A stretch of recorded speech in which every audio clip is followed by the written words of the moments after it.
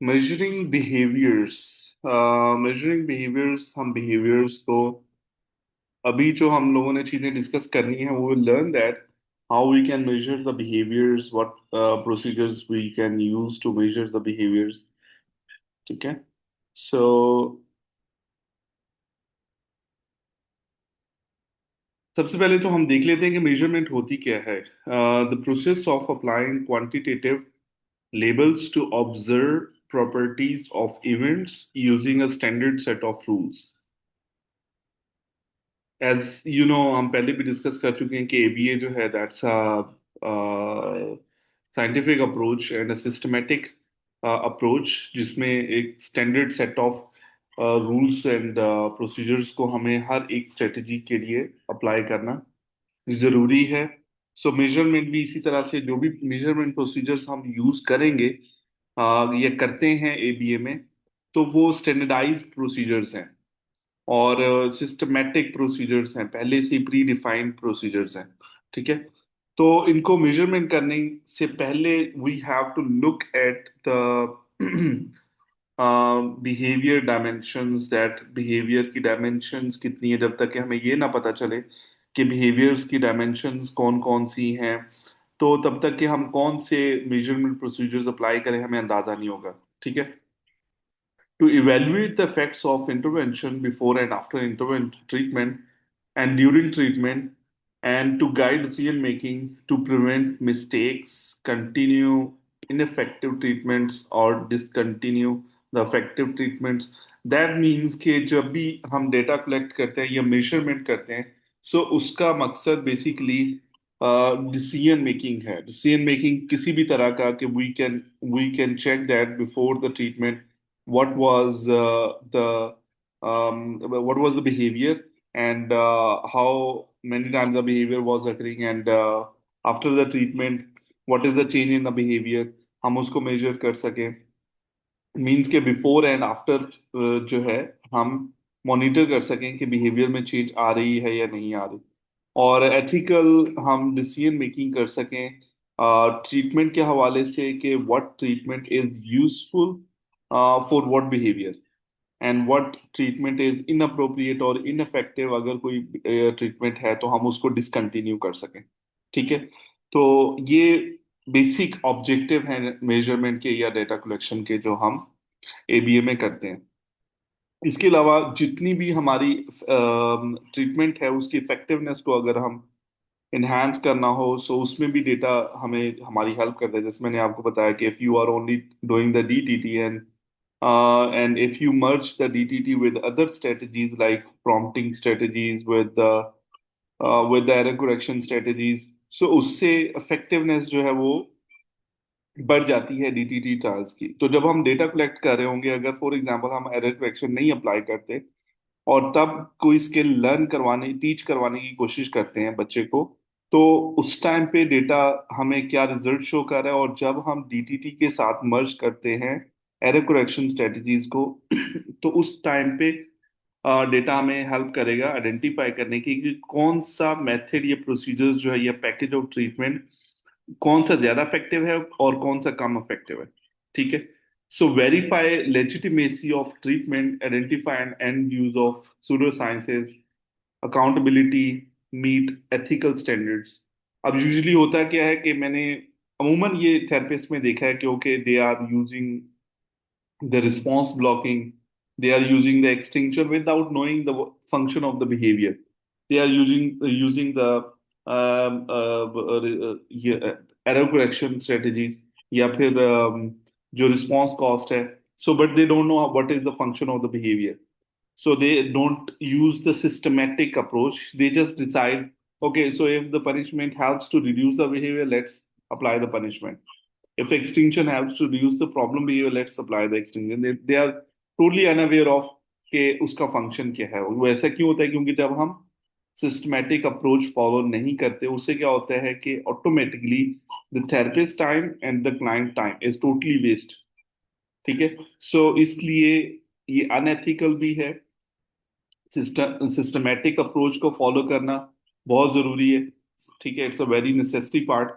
So to understand the measurement procedures, So we have to understand the dimensions of the behavior. So we record the data on multiple dimensions of the behavior. जैसे for example एक dimension है behaviour की frequency या rate जिसे हम कहते हैं, ठीक है। तो बिहेवियर की फ्रीक्वेंसी और रेट क्या है कि when we want to know that how many times a behavior occur, so we collect the frequency or the rate behavior, ठीक है, कि एक बिहेवियर कितनी बार अकर हुआ है। अब जैसे मैं कहता हूँ कि एक बिहेवियर क्लासरूम में 10 टाइम अकर हुआ है कि student raises his hand for 10 times in the classroom just to get the attention of the teacher. So he is doing again. So I know that in 60 minutes, the child raises his hand for 10 times. Okay. So I have a data of a behavior. So when I will apply the intervention, so after the intervention, I will keep on recording the data. Like I will check that if after the intervention, the behavior is decreasing or not. ठीक है, if the behavior frequency is decreasing that means that my intervention is actually effective, ठीक है। सो ये हमें कैसे पता चल रहा है, मेजरमेंट के थ्रू बिहेवियर को अप्रोप्रिएट और सिस्टमेटिक वे में जब हम मेजर करते हैं तो हमें पता चलता है कि बिहेवियर में चेंज आ रही है या नहीं आ रही, ठीक है। So the three fundamental properties क्या है, रिपीटेबिलिटी और accountability, behaviour can be counted, yes, जो हमने फ्रीक्वेंसी की बात की है, रेट की बात की है कि हम बिहेवियर को काउंट कर सकते हैं। टेम्पोरल एक्सटेंट क्या है, duration of the behaviour, how long a behaviour exist. जैसे टेंट्रम है, so we can measure the time using the stopwatch, the tantrum occurs for 30 minutes or 45 minutes, we can measure it, and when we will apply the intervention we'll check that if the duration of the tantrum is decreasing or not.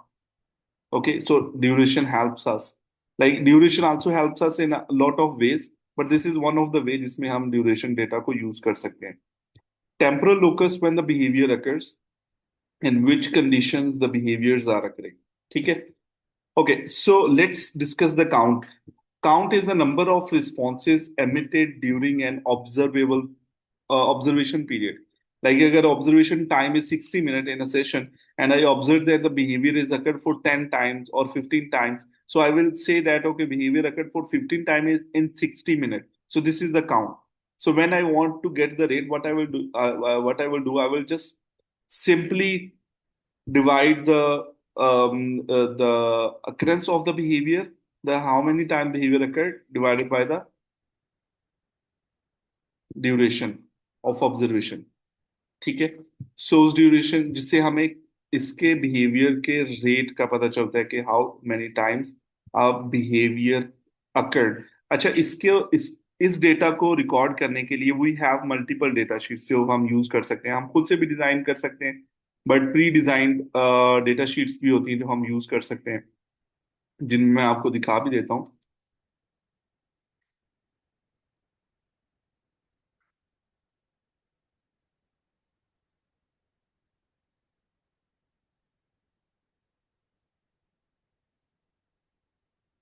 तो this is one of the data sheet जो हम use कर सकते हैं to record the behaviour frequency. So ये data sheet इस तरह की दिखाई देती है, फ्रीक्वेंसी डेटा शीट। इसमें हम first of all we mention the name of the student and we mention the target behaviour, that what behaviour data we are recording. अगर we are recording the raising hand,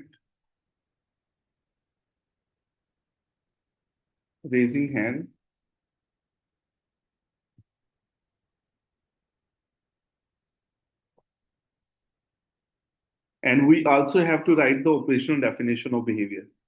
So operational definition is that how actually the behavior looks like. When we record the topography means the how the behavior looks like. We have to define the behavior in an operational way. Like he he opens the palm of hand and hold his arm um, up,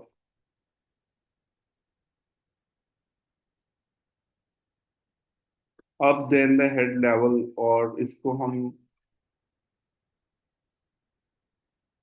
level means के sir के level से ऊपर जो है वो रखते हैं अपने ओपन पाम के साथ हाथ को। ये इसकी ऑपरेशनल डेफिनेशन है कि बिहेवियर दिखाई कैसे देता है। ठीक है। सो उसके बाद हम यहाँ पे हर एक दिन का डेटा रिकॉर्ड कर सकते हैं।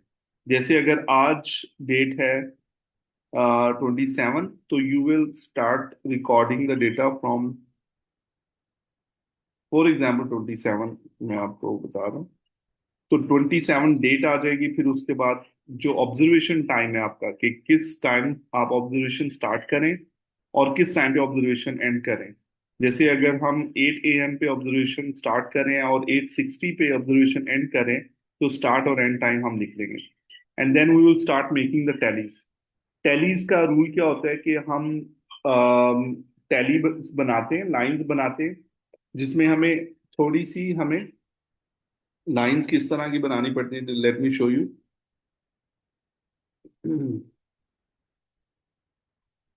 सो हम इस तरह की लाइंस बनाते हैं डेटा टैलीज के लिए। तो these are called the tallies.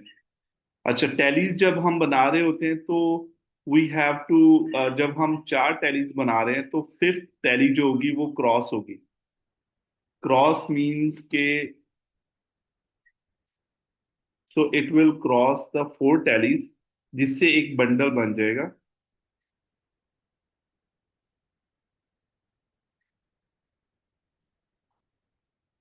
Just एक सेकेंड।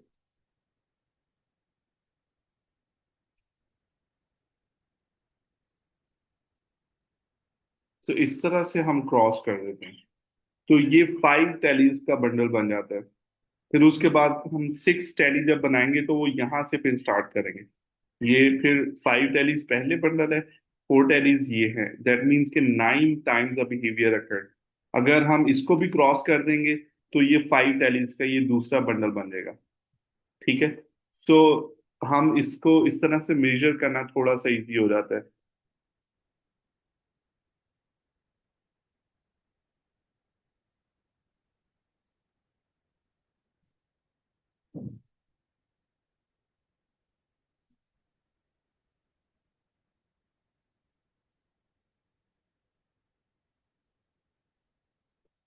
ठीक है। सो ये बेसिकली कॉन्सेप्चुअली मैंने बना दिया, लेकिन ये बहुत बुरा बन रहा है। सो इसको ऊपर से बस आपने क्रॉस करना है, नीचे सेंटर में आपने बनाने। ठीक है। तो ये हमारे पास, दैट मीन्स से 10 times a behaviour occurred. Initial की जगह आपने सिंपली अपने नेम के इनिशियल लिख देने, रहमान अनवर। ठीक है। सो ये आपके पास फर्स्ट डे का डेटा रिकॉर्ड हो गया, 28 मार्च 2026। फिर इसी तरह से नेक्स्ट डे डेटा लेंगे, फिर थर्ड, उससे नेक्स्ट डे डेटा लेंगे। तो डेली बेसिस पे जब आप डेटा लेंगे तो आपको अंदाजा होता जाएगा कि बिहेवियर की फ्रीक्वेंसी में फर्क पड़ रहा है या नहीं पड़ रहा। ठीक है। तो जब तक कि बिहेवियर जीरो नहीं आ जाता, तो तब तक आपने इसको रिकॉर्ड करना है, बिहेवियर को, इसकी फ्रीक्वेंसी को रिकॉर्ड करते रहना है डेली बेसिस के ऊपर।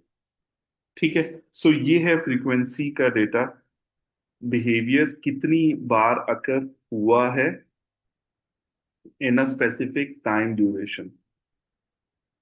Okay, let's move forward.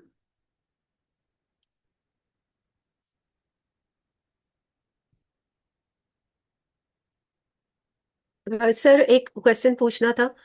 For instance अगर हम डीटीटी कर रहे हैं एक बच्चे के साथ, कोई टास्क उसको सिखा रहे हैं, और उसके टास्क को सिखाते वक्त बच्चे में एस्केप बिहेवियर आता है या किसी और किस्म का वो टैंट्रम थ्रो करते हैं, तो उस टाइम हम डेटा की फ्रीक्वेंसी भी रिकॉर्ड करेंगे कि यस। साइमल्टेनियसली दोनों काम हो रहे होंगे? यस। ठीक है। यस, बोलो। उसके लिए आप एक ऑब्जर्वर भी रख सकती हैं। अगर आप चाहें कि आपके लिए कोई हेल्प है तो आप you can take help as well. Okay ठीक है। नहीं, लाइक फॉर इंस्टेंस हम तो एनालिस्ट है ना, लेकिन अगर कोई जो है आईबीटी है या आरबीटीज है वो काम कर रहे हैं, तो यस, वो अपने साथ ऑब्जर्वर रखेंगे या वो ही रिकॉर्ड करेगा ये वो दोनों खुद चीजें भी सर? कर सकते हैं, वो ठीक है। ऑब्जर्वर भी रख सकते हैं। They can do both. ठीक है। कोई भी जो भी सूट करेगा। It depends on the resources कि आपके पास रिसोर्सेज कितने हैं।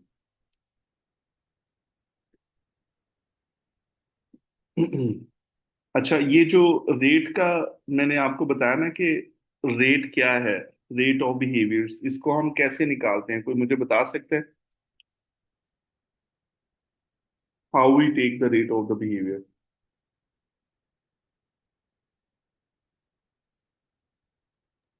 कितनी दफा बिहेवियर अकर हुआ है divided by the session duration. Yes, observation time, जो ऑब्जर्वेशन टाइम है, नंबर ऑफ ठीक है। Responses divided by the time. ठीक है, तो उससे हमें रेट का अंदाजा हो जाता है कि जैसे फॉर एग्जांपल बिहेवियर अकर हुआ है 6 टाइम इन 30 मिनट्स, तो इफ वी डिवाइड 6 by 30, तो what will be the answer?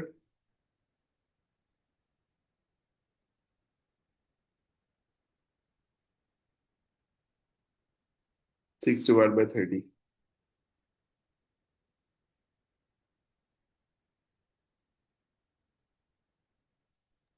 0.2।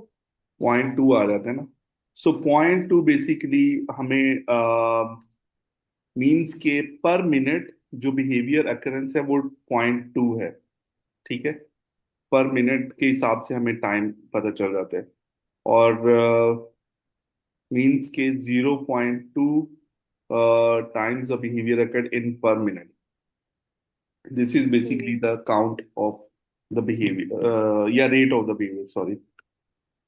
Guidelines for using the rate take complexity of responses into account. Useful measure for free operands, not appropriate for responses within discrete trials, and not appropriate for continuous behavior over extended period. Means कि अगर behavior की duration हमें ज़्यादा matter करती है तो फिर भी हमें रेट नहीं लेना, या हम डीटीटी trials के लिए हम रेट का रिकॉर्ड यूज नहीं कर सकते। ठीक है, सो जब हमने बिहेवियर की फ्रिक्वेंसी को कम करना है, हमारा फोकस ये है कि we want to reduce the behaviour frequency, और जस्ट हमने फ्रिक्वेंसी पे फोकस करना है, देन रेट का जो फॉर्मूला है, मेजरमेंट, वो हेल्पफुल हो सकता है। फिर उसके बाद ड्यूरेशन है एक, जिसको हम टेम्पोरल एक्सटेंट भी कह देते हैं, कि बिहेवियर्स अक्कर कितने टाइम के लिए होता है, ड्यूरेशन क्या है। 5 मिनट्स के लिए बिहेवियर अकर हो रहा है, 10 मिनट्स के लिए बिहेवियर अकर हो रहा है, 15 मिनट्स के लिए बिहेवियर अकर हो रहा है, तो ये टाइम रिकॉर्ड करना, this is called the duration और टेम्पोरल एक्सटेंट। टेम्पोरल लोकस क्या होती है, जिसको हम रिस्पांस लेटेंसी भी कहते हैं। रिस्पांस लेटेंसी होता है कि एंटीसीडेंट और रिस्पांस के बिटवीन जो टाइम होता है, इसको हम रिस्पांस लेटेंसी कहते हैं। रिस्पांस लेटेंसी भी काफी हेल्पफुल है एबीए में। जैसे फॉर एग्जांपल अगर डिलेड रिस्पॉन्सेज है, हमारा टारगेट है कि हम रिस्पॉन्सेज जल्दी क्विक रिस्पॉन्सेज लें, तो we can work on the latency, के लेटेंसी डेटा को रिकॉर्ड करें। और फिर जैसे 30 सेकंड डिले अगर रिस्पॉन्स पहले आ रहा था, तो now we targeted that 20 second में एक रिस्पॉन्स आना चाहिए, फिर 5 सेकंड में एक रिस्पॉन्स आना चाहिए। तो इससे रिस्पॉन्स रेट बढ़ता है। ठीक है, जैसे जैसे ओसीडी है ना, ओसीडी में अगर कोई पेशेंट है, तो व्हाट ही डू के every time he do the hand shake with anyone, तो व्हाट विल ही डू कि वो जल्दी से हैंड सैनिटाइज करेगा या हैंड वॉश करने के लिए जाएगा। ठीक है, तो उसकी ऑब्सेशन जो है वो स्पेसिफिक एंटीसीडेंट्स के साथ है, तो उसका बिहेवियर हर बार तब आता है जब कोई एंटीसीडेंट अकर हो जाता है, जिससे उसका बिहेवियर ट्रिगर हो जाता है, जो कि बिल्कुल इनअप्रोप्रिएट है। हैंड वॉशिंग की जो फ्रीक्वेंसी है वो भी बढ़ जाती है। तो we want to make this behavior appropriate, so we will start recording the latency, okay? जब वो हैंडशेक करता है तो उसके कितने मिनट तक वो टॉलरेट कर सकता है, बिना हैंड वॉश किए रह सकता है। तो अगर वो 30 सेकेंड है, तो will try to increase that latency, जिससे क्या होगा कि बिहेवियर अप्रोप्रिएट होना शुरू हो जाएगा, बिहेवियर हैंड वॉशिंग की जो फ्रिक्वेंसी है वो कम होना शुरू हो जाएगी। हमने बेसिकली टॉलरेंस बिल्ड करना है, या रिस्पॉन्स लेटेंसी को बढ़ाना है। ठीक है, तो रिस्पॉन्स लेटेंसी इसमें भी हेल्प करती है। फिर उसके बाद रिस्पॉन्स लेटेंसी बिहेवियर की फ्रिक्वेंसी है, कोई भी बिहेवियर उसकी फ्रिक्वेंसी कम करनी है तो उसमें भी हेल्पफुल है।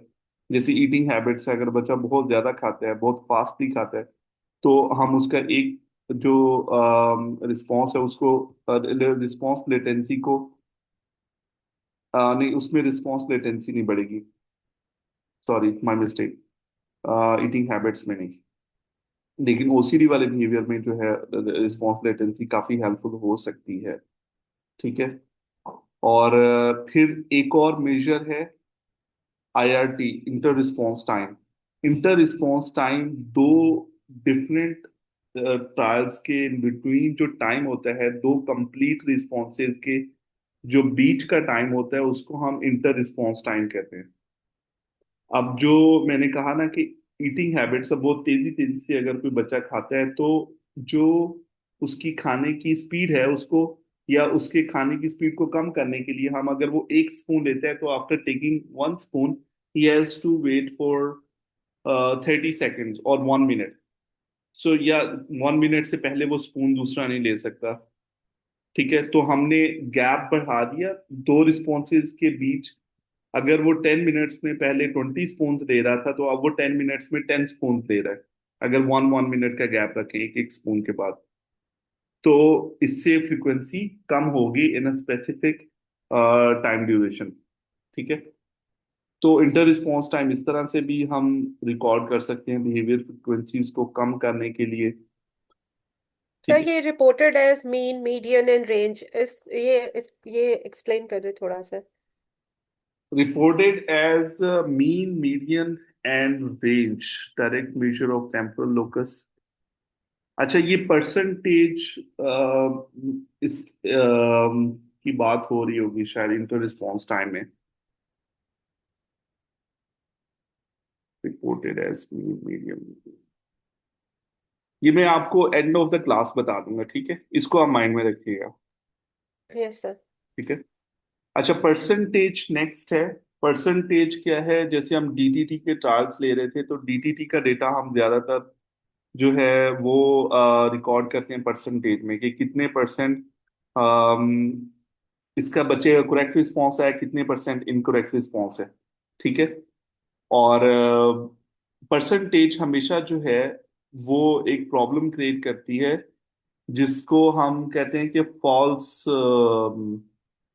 फॉल्सिफिकेशन या फिर मिसलीडिंग की तरफ ले जाती परसेंटेज। जैसे अगर एक रिस्पॉन्स करेक्ट बच्चा दे रहा है, तो उस पे हमें 20% स्कोर आ रहा है। Only one response, correct response पे 20% अगर हमें परसेंटेज मिल रही है, उसके बाद अगर 2 रिस्पॉन्सेज करेक्ट आ रहे हैं आउट ऑफ 5, तो वही परसेंटेज जंप करके 20% से 40% पे चली जाती है।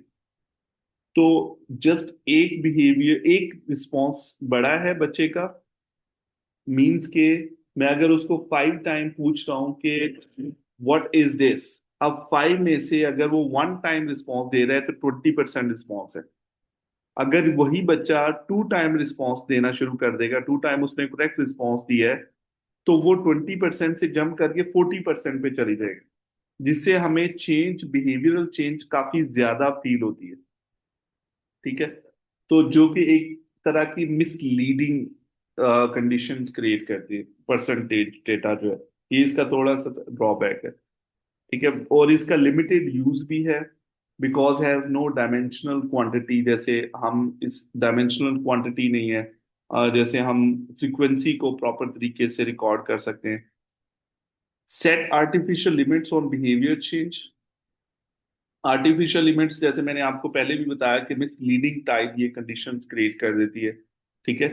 तो 20 से 40% जस्ट रिकॉर्ड क्या हुआ है, एक बिहेवियर फ्रीक्वेंसी इंक्रीज हुई कि एक की बजाय आप दो करेक्ट रिस्पॉन्सेज आ रहे हैं, तो एक बहुत बड़ी चेंज जो है वो शो होती है। ठीक है। Derived measures trials to criterion. That means के जो मैंने एग्जांपल दी थी मैचिंग ऑब्जेक्ट्स की।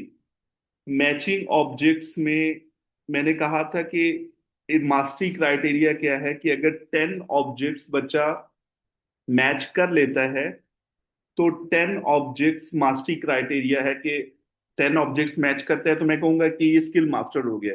Now he can match any object. ठीक है। तो अब जो मैं ट्रायल ले रहा हूं कि मैंने पहले 2 ऑब्जेक्ट्स मैचिंग से स्टार्ट किया, फिर मेरा टारगेट हुआ 4 ऑब्जेक्ट को मैच करना, फिर मेरा टारगेट हुआ है 6 ऑब्जेक्ट्स को मैच करना। फिर मेरा टारगेट हुआ है 8 ऑब्जेक्ट्स को मैच करना। दैट मीन्स के जो मैं रिपीट कर रहा हूँ trials to trials to trials, वो मैं अपने टारगेट्स को के और करीब होता जा रहा हूँ। ठीक है। जो मेरा एक फाइनल गोल है कि मैंने यहां तक पहुंचना है, ट्रायल्स टू क्राइटेरियन। मीन्स के हम ट्रायल्स ले लेके हम बच्चे को एक स्पेसिफिक स्टैंडर्ड तक पहुंचा सकते हैं जो हमने सेट किया है कि इस लेवल तक बच्चे को परफॉर्म करना चाहिए।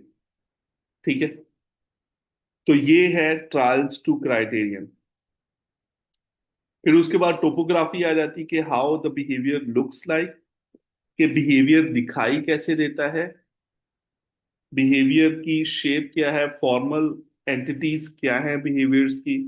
जैसे मैंने रेजिंग हैंड की भी एक टोपोग्राफी लिख के दिखाई कि with the open palm he raises his arm, whole arm। ठीक है। जो कि हेड लेवल से ऊपर ले जाता है, वो बिल्कुल स्ट्रेट कर देता है। तो जब मैं इस तरह से डेफिनेशन लिखूंगा तो मैं बेसिकली बिहेवियर को डिफाइन कर रहा हूँ कि बिहेवियर दिखाई कैसे देता है। तो ये बेसिकली टोपोग्राफी है बिहेवियर की, जिसको हम ऑपरेशनली डिफाइंड भी कहते हैं कि बिहेवियर जो है वो ऑपरेशनली डिफाइंड है। ठीक है।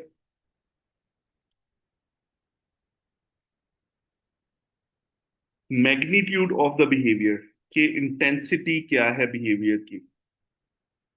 एक बच्चा है वो जो है हिट करता है, वो इतना ज्यादा पेनफुल नहीं है। एक बच्चा बहुत जोर से हिट करता है कि वो जहां पे हिट किया वहां पे ब्रूजेस बन जाते हैं। ठीक है, निशान बन जाते हैं, रेड मार्क आ जाता है। तो इससे हमें अंदाजा होता है कि बिहेवियर जो है वो कितना इंटेंसिव है। तो जब हम बिहेवियर को डिफाइन कर रहे होते हैं ऑपरेशनली, तो उसमें टोपोग्राफी के साथ साथ we also define the magnitude of the behaviour as well, कि वो बिहेवियर इंटेंस कितना है।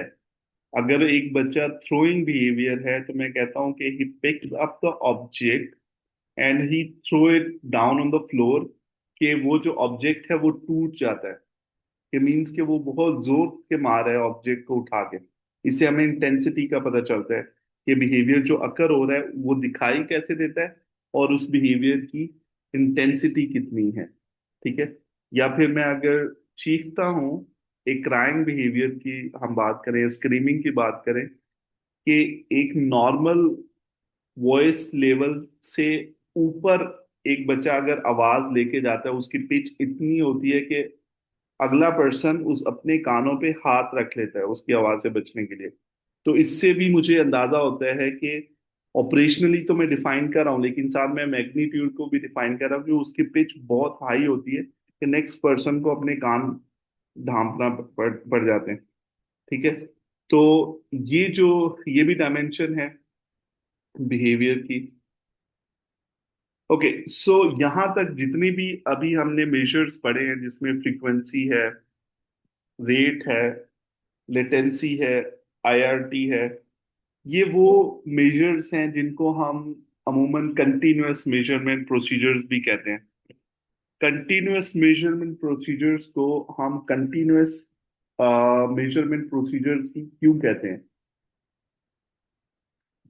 अच्छा, दो तरह के मेजर्स है ना, कंटीन्यूअस मेजरमेंट प्रोसीजर्स और डिसकंटीन्यूअस मेजरमेंट प्रोसीजर्स। क्योंकि कंटीन्यूअस मेजरमेंट प्रोसीजर्स में हम every occurrence of the behaviour we are recording it, we are recording the every occurrence of the behaviour. अगर मैं 60 मिनट एक बच्चे के हिटिंग बिहेवियर को ऑब्जर्व कर रहा हूँ, तो मैं पूरे 60 मिनट में अगर वो 10 टाइम अकर होता है तो I will record that behaviour for 10 times. ठीक है। अगर वो बिहेवियर 20 टाइम अकर होता है तो I will record that behaviour for 20 times. So this is a continuous measurement, इसमें every occurrence is being recorded. दूसरा मेजरमेंट प्रोसीजर है जिसको हम कहते हैं discontinuous measurement procedures. Discontinuous measurement procedures क्या होते हैं, जिसमें हम लोग जस्ट बिहेवियर को रिकॉर्ड तो करते हैं लेकिन हर एक अकरेंस रिकॉर्ड नहीं कर रहे होते। हम बिहेवियर को जो है वो इंटरवल्स में रिकॉर्ड कर रहे होते हैं। ठीक है। हम सर इंटरवल, इनकी एग्जांपल्स दे सकते हैं कि किन सिनेरियोज में हम डिसकंटिन्यूअस यूज करेंगे प्रोसीजर और किस में कंटिन्यूअस? मैं आपको बता देता हूँ। मैं एंड पे बताऊं जब मैं डिसकंटिन्यूअस भी रिकॉर्ड कर आपको एक्सप्लेन कर दूं। Yes please sir. ठीक है। तो ये जो डिसकंटिन्यूअस मेजरमेंट प्रोसीजर्स होते हैं, ये है टाइम सैम्पलिंग मेथड्स हैं, जिसमें होल इंटरवल रिकॉर्डिंग है, पार्शियल इंटरवल रिकॉर्डिंग है, या जिसे हम मोमेंट्री टाइम सैम्पलिंग भी कहते हैं। तो ये टाइम सैम्पलिंग मेथड जितने भी हैं, इन ये बेसिकली डिसकंटिन्यूअस मेजरमेंट प्रोसीजर्स में आते हैं। अब इसमें जो होल इंटरवल रिकॉर्डिंग है, एक इंटरवल अगर फॉर एग्जांपल 10 मिनट्स का है, तो वो हम तभी बिहेवियर अकर सॉरी रिकॉर्ड करेंगे जब बिहेवियर पूरे 10 मिनट्स तक अकर होगा। So we will then record it. Record करने का मेथड क्या, वही प्लस और माइनस, कि बिहेवियर जो है अकर हो रहा है, तो we will put the plus there, and if the behaviour is not occurring we will put the minus there, कि बिहेवियर इज नॉट अकर। ठीक है। So this is called the whole interval recording, in which the behavior should occur at least उतने time तक जब जितने time का interval है। अगर 60 मिनट की हमारी ऑब्जर्वेशन टाइम है, तो हम 60 मिनट के जो है उसको डिवाइड कर देते हैं छोटे छोटे ट्रायल्स पे, 5 5 मिनट के ट्रायल्स बना लें, तो ये टोटल 12 इंटरवल्स बनेंगे, सॉरी इंटरवल बनाएंगे। तो ये जो 12 इंटरवल्स हैं, वो 5 5 मिनट्स के इंटरवल्स हैं। अब एक बिहेवियर है, वो 5 मिनट्स तक अगर एग्जिस्ट करेगा, तो then I will record it, I will put plus there. अगर किसी बिहेवियर की ड्यूरेशन 5 मिनट से कम होगी, तो I will not record that behaviour. ठीक है। तो ये होल इंटरवल रिकॉर्डिंग है। फिर इसी तरह से एक है partial interval recording. Partial interval recording क्या होता है कि अगर 5 5 मिनट्स के इंटरवल्स हैं, तो उसमें अगर बिहेवियर की फ्रीक्वेंसी 5 मिनट से कम भी है, तो दैट्स टोटली फाइन। अगर 5 मिनट में बिहेवियर 3 टाइम भी अकर हुआ है, तो then you will only put one plus there. ठीक है। मीन्स के हम सिर्फ इंटरवल को पॉजिटिव करें, ना कि जैसे फ्रीक्वेंसी हम रिकॉर्ड कर रहे थे कि every occurrence of behaviour record करें, वो चीज नहीं है। ठीक है। We are just focusing on recording the putting the plus, या हम जस्ट इंटरवल को पॉजिटिव करने की कोशिश करें। ठीक है।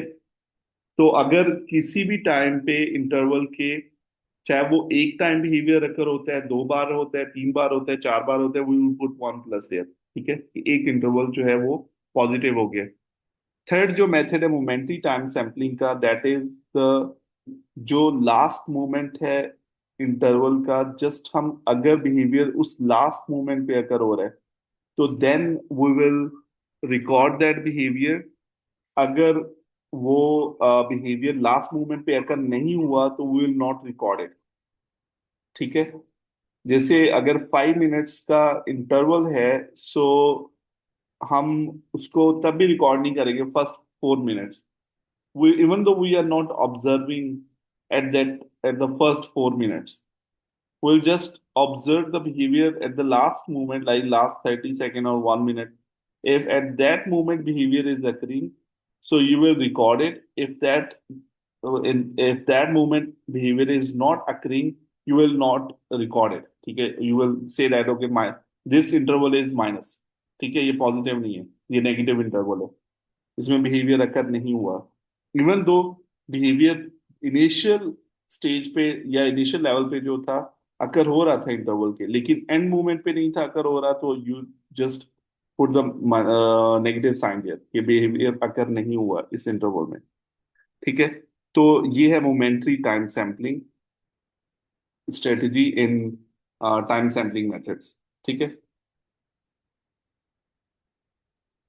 Is it clear? A whole interval recording, partial interval recording, and a momentary time sampling. Yes sir. इसमें से कोई क्वेश्चन है तो पूछ लें प्लीज।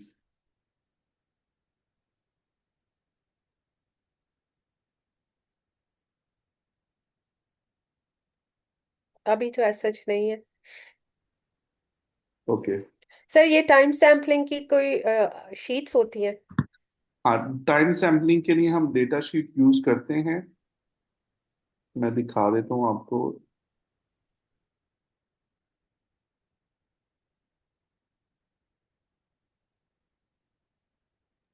सर कोई ऐसी चेकलिस्ट है जिसमें बताया हो कि आपके पास ये सारी शीट्स होनी चाहिए ये सारी बीबीए प्रैक्टिस करते हुए? जो ये साथ साथ मैं शेयर कर दूंगा ना, जो जो चीजें हम पढ़ रहे हैं। जस्ट यही डेटा शीट्स होती हैं जो आपके पास होनी चाहिए। ठीक है। ये डेटा शीट है इंटरवल रिकॉर्डिंग की।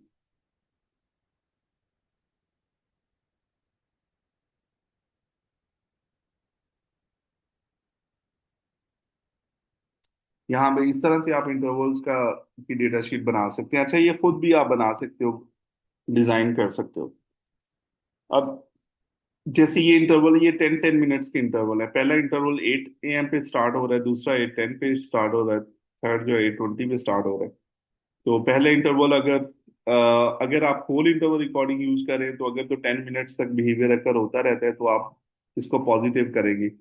अगर 10 मिनट से कम ड्यूरेशन है बिहेवियर की तो आप माइनस कर देंगे।